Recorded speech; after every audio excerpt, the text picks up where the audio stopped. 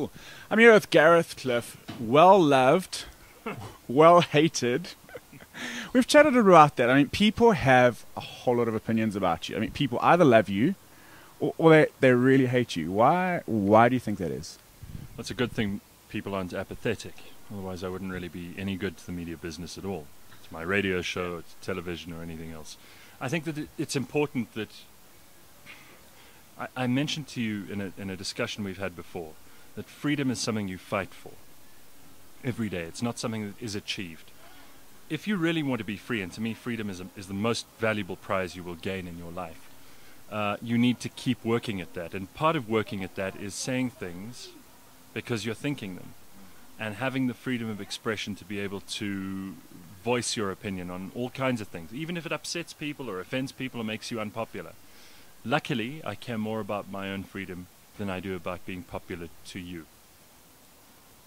Let's talk about Idols, because that's one of the two things I think people associate you with, your radio show, obviously, and then South African Idols this season. And you didn't want to answer this question off air for me, so let me ask you, are you enjoying it this year?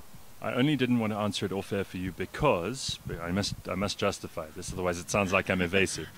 Because I get bored, and if I repeat my answer, I will change my answer. So I got to say it once, so I say it right.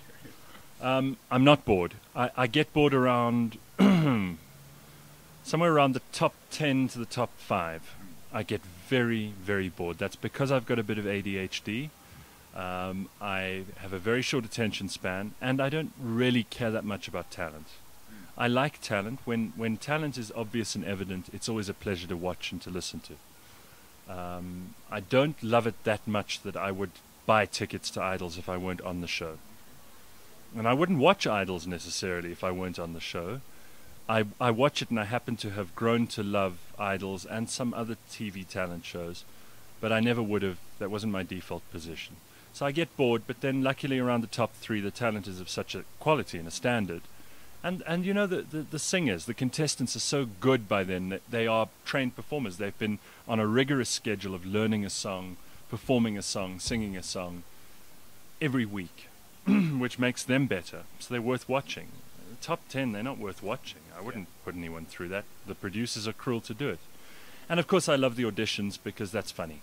And for me, entertainment is number one. I'm there to entertain you.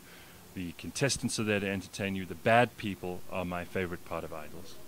You guys have been talking a lot, you and Randall and Nati, about this year, the talent at this level. I think Randall's comment last year about the top, the 10 to the 5 that have gone already should have gone long ago. Definitely agree with that. But these 4 that are the final 4 now, you guys have said anyone can win it. Now, there's a difference between winning Idols and actually being a successful artist after that. Out of the 4 that are left, who do you think has the potential to be a successful artist after the show? First of all, I don't care. And that sometimes sounds like something that should be controversial. It isn't. Once the show's over, my involvement is at an end. If they do well, I'd be delighted, obviously. If they do poorly, too bad. So many Idols winners have. On either side, done well or done poorly. What I love is that the final show this year will have the highest ratings of any Idols final we've ever had. Already it's tracking that this is the best season we've ever had by numbers. So when people say they're bored with the show or they don't care about it anymore, as long as I'm delivering the ratings, I'm happy. That's why we sell advertising in such annoying fat blocks in between Idols, because people want their message put there where the audience is watching. As far as the talent and the performance and the ability to sustain a career for any potential winner becomes part of the argument, I think it's really down to them. It's got nothing to do with which of the top 4 has the most potential, because there are too many factors that come into play after this that have nothing to do with their talent or ability. It's to do with who's prepared to work the hardest. It's to do with who's the most desperate. It's to do with who gets the best songs, or who writes the best songs, or who has the most luck, who has the best management, who gets coached the best, who has the most staying power, who is emotionally the most mature and able to handle the stresses of being in this environment. The music business is hard as hell. And people think Idols is cruel and we're chasing people home and saying to them that they shouldn't be here. That is, believe me, the softest edge you could ever land on as a potential performer or singer or music talent. The real industry, if you don't have idols, is that much more difficult. And I'm not going to sugarcoat this. If you're thinking of a career in music, stop and think of something that you can really do. Because lots of people can sing, lots of people can dance, lots of people can act. Those are not things that are necessary in society, especially not a society like ours. We need teachers and policemen and nurses and doctors and people who can really contribute to society. There are enough singers, and it's hard enough for those ones who are here to make a living. Many of them don't make a living. It's it's become harder because the music industry is not making the money that it used to. The most talented people don't always come out at the top. The winner of this season of Idols might not be the best singer we've had. They might not even be the best performer or singer that we've had. They could be just an average person who's working a little bit harder than the rest. Why do you do the show? I mean, if you wouldn't watch it, if you wouldn't necessarily buy tickets, yet it's part of who you are and it's part of your career and your job. Why do you do it? No, I was asked to do it. And every year they come to me and ask me again to do it. So the simple answer is I do it because they ask me to and they pay me. The complicated answer is, and I don't want to get too analytical about this, but the complicated answer is that I do enjoy the camaraderie of it. Every year, just before the end of the season, they want to talk about the next season.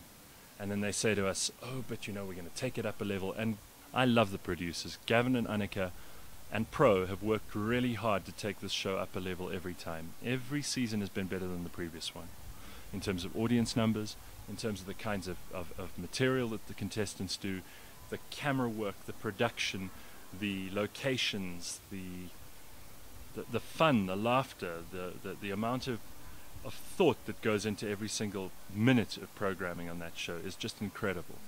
And I know that I'm in good hands if I'm on that show. It's not like being on someone else's show where you get given a script and you just hope it goes well. I could never do what Pro does, for example. I'm not a presenter. If I'm going to be on TV, it's got to be being myself. So that works for me. I enjoy, as I said to you, I enjoy the fun of the audition phase and of the final, and maybe the top three. But the real value for me is gone in terms of material things. I don't do it because I need or want the publicity. I don't do it because I need or want to be on a television show. And I don't really think I need it for building my radio audience or any of that stuff anymore. That I think it's all moved past that already. I do love that we've moved into a different direction. We've got a new audience on Idols. We used to be, you know, the black people used to complain that it was a white show. Now the white people are complaining that it's a black show. I think it's a South African show. And the fact that we've been criticized by both kinds of racist just shows you that we're doing the right thing. You're involved in the radio show and you're involved with Idols, but you're also very involved in an organization called Headway. It's something that I've picked up is very close to your heart and is important to you. Why? Can you tell me about the organization? Why that organization? Headway deal with people who've had brain injuries. I actually don't really, off the bat, care about anybody. But the fact is I went to a lunch. It was a Christmas party for Headway about 7 years ago. I was asked to go by Reg Lascaris from Hunt Lascaris, who's a friend of ours. And I went to this lunch, and I met a kid there whose family had, they had just in the, Jesus. Popular guy. Obviously we've had a signal problem. There was a family there, and they had a story etched onto their faces of pain, of anguish, of inexplicable sorrow and misery. A little boy who must have been 11 at the time I met him, who was wheelchair bound, couldn't talk. His sister had to give him liquidized food by a straw, and even the sister, who was maybe a year or two older than him, just looked like she had the world piled on her shoulders. This mother the grief on this poor woman's face, and I just thought, my God, this is hopeless. And I'm not an empathetic person, but I just in that moment thought, what an awful thing to happen to a family. This kid wasn't born like that. He was in a car accident. I just thought that could happen to me. That could happen to anyone I love and care about.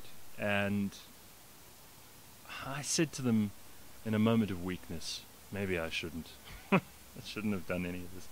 I said, what can I do? And they said, look, just, get people out there to pay attention. Just get them to think about what could happen to them. Just get them to try and help us out. We've got great occupational therapists. And, come to our Christmas party in a year's time. And maybe if you can raise any funds, that would be good too. And we did. And I've subsequently become very involved. And every year I've seen in this kid's improvement a story of hope and something that made me feel better about the world and about things in general.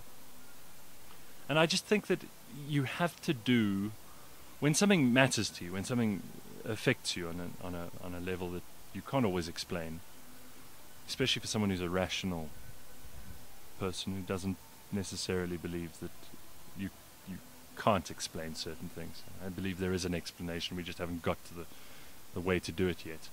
But when you do feel those things, you've got to do what you can. And I don't want to sound like a philanthropist, I'm not. I don't go around doing good deeds, and I don't go around trying to fix the world. But this is an area I could have made a difference, and I think we have. And we raise money for them every year, and I know all the occupational therapists, and I go to Alex where they've got a branch, and I go to Soweto where they've got a branch, and they've got a branch in Pretoria, and they're spreading their influence far and wide and helping hundreds of people and hundreds of families through a very, very difficult situation. Again, something that could happen to any of us. So it's something that's easy to care about. I don't have to think twice about why I'm involved with Headway. It just makes perfect sense to me. And I would encourage anybody who doesn't know about them to go and to just Google Headway Gauteng and take a look at the good work they do. It could be 5 minutes of your life to pop in there and actually say hi. Spend a bit of time with some of the people who are there, some of the occupational therapists, perhaps even donate some money. If you don't do it for them, do it for you, because you will feel good. I know you don't do interviews anymore, so thank you so much for your time. We'll see you later. Sound like it's so final.